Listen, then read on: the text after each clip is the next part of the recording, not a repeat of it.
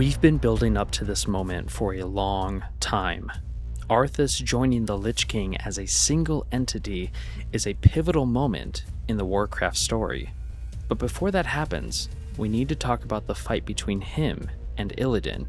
Plus, this video will talk a bit more about the Sunwell, Sylvanas, the Order of the Silver Hand, and a few other characters that we haven't heard from in a long time. Let's get to it.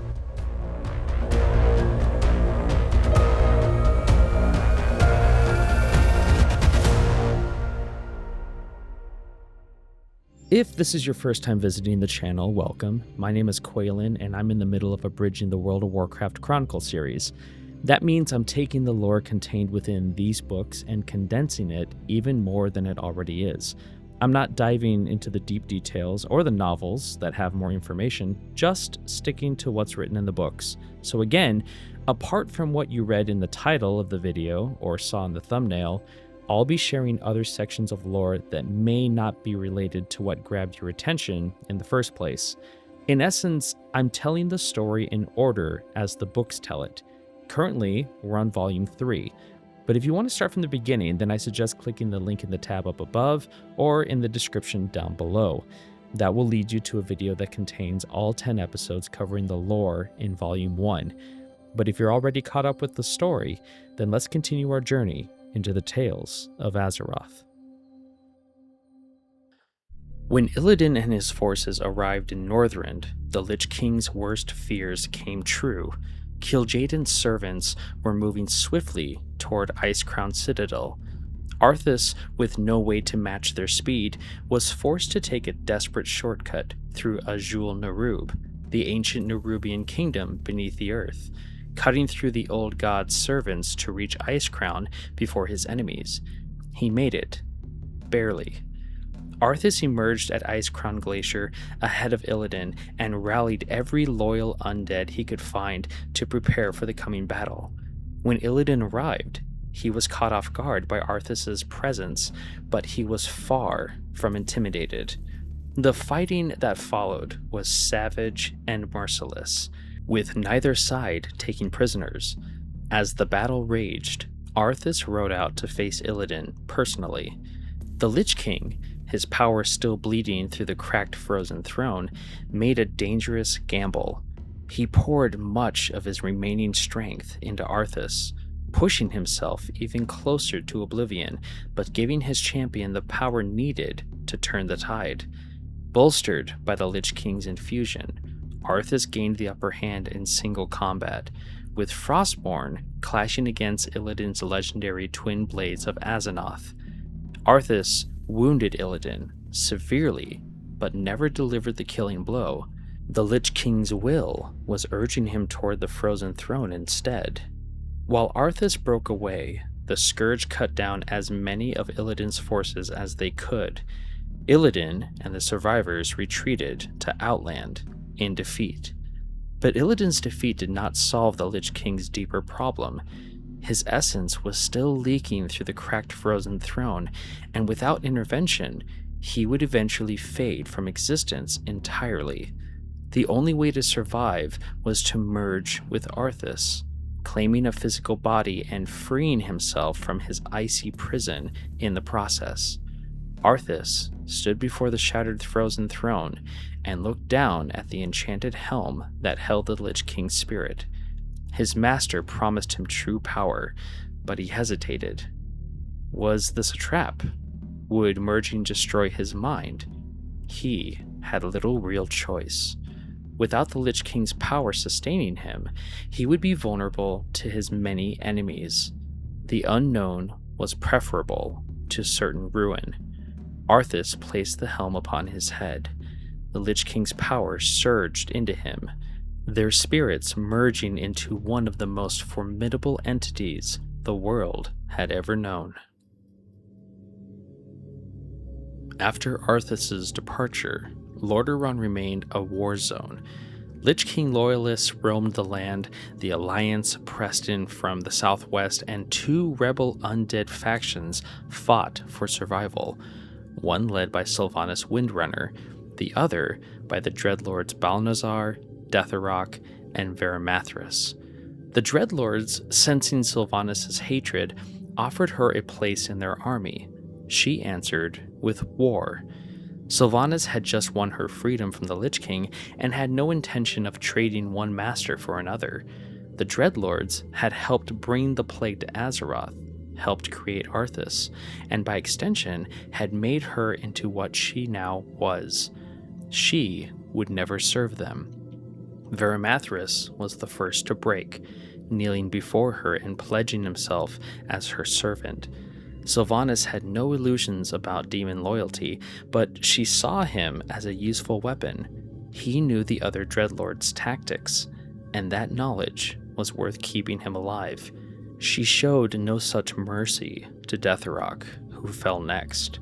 Balnazzar fortified himself within the ruins of Lordaeron's capital, but the siege was futile. Sylvanas stormed the city and seized it. With the capital in her hands, Sylvanas had the refuge she needed.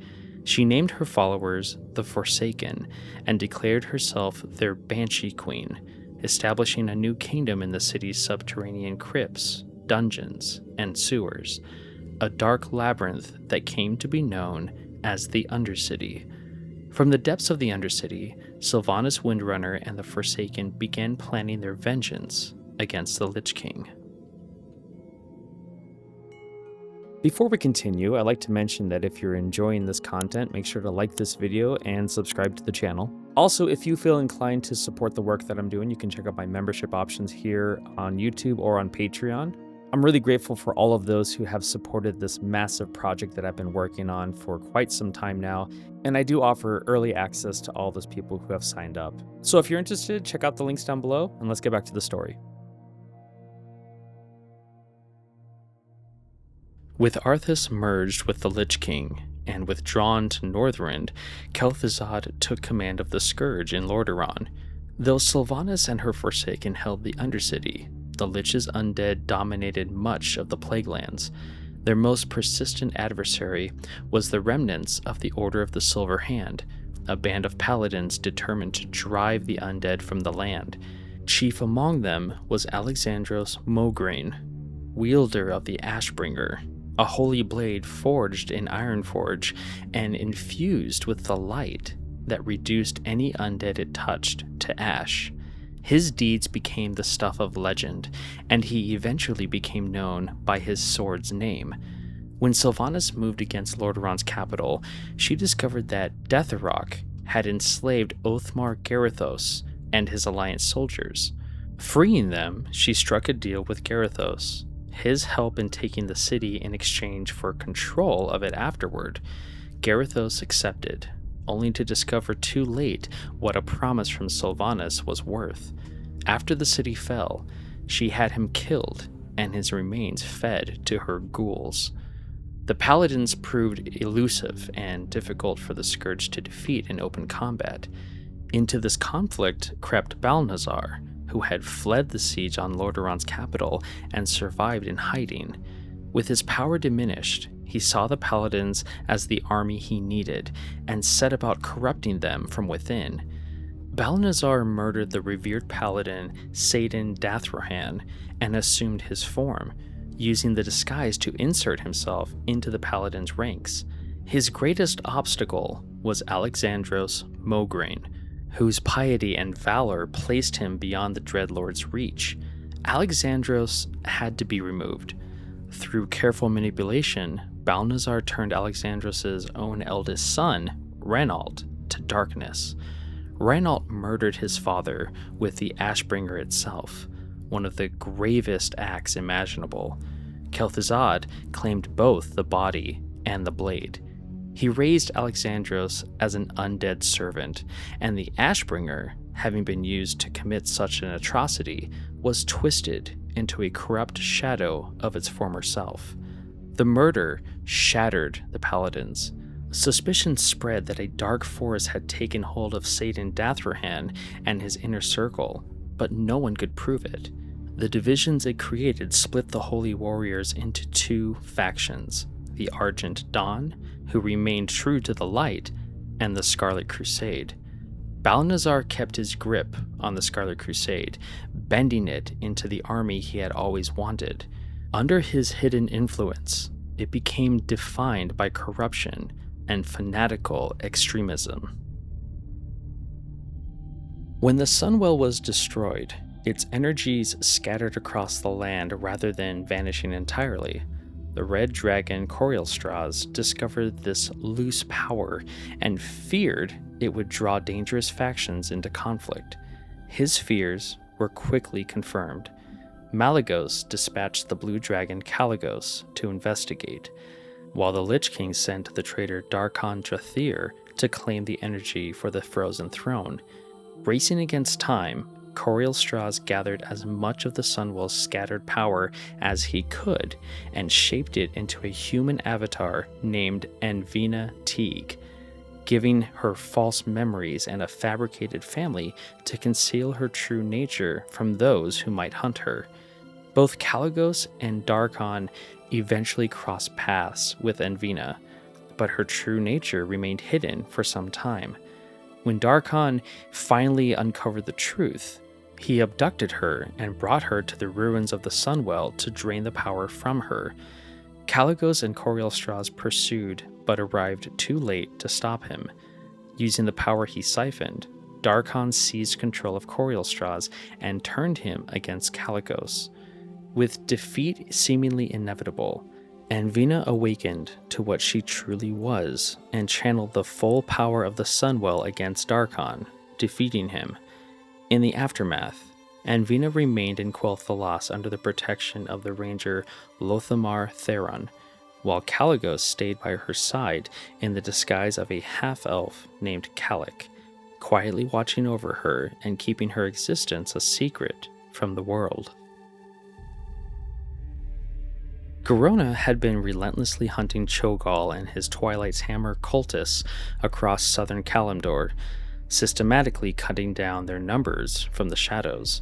Her persistence enraged Cho'Gall and drew the ire of the old gods themselves, who grew impatient with his inability to deal with her. Cho'Gall devised a trap of his own. He sent his cultists away and waited alone in the rainforest of Feralis. Knowing Garona would never pass up the chance to face him unprotected, she took the bait and struck, wounding him gravely but failing to finish the job. Cho'Gall subdued Garona and enslaved her mind using the same mental shackles the Shadow Council had once forged, bonds that Khadgar had previously broken, but that Cho'Gall now knew how to reforge. With Garona remade as his personal assassin, he turned back to his true purpose. Cho'Gall led the remnants of the Twilight's Hammer into the desert of Silithus, drawn by a powerful presence stirring beneath the sands. An old god was calling to him. Its name echoed in his mind: Cthulhu.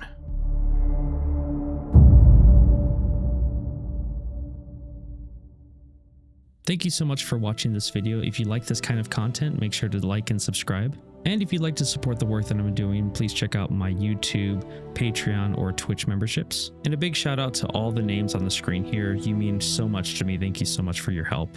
And with that, I'll see you guys next time on the Tales of Azeroth.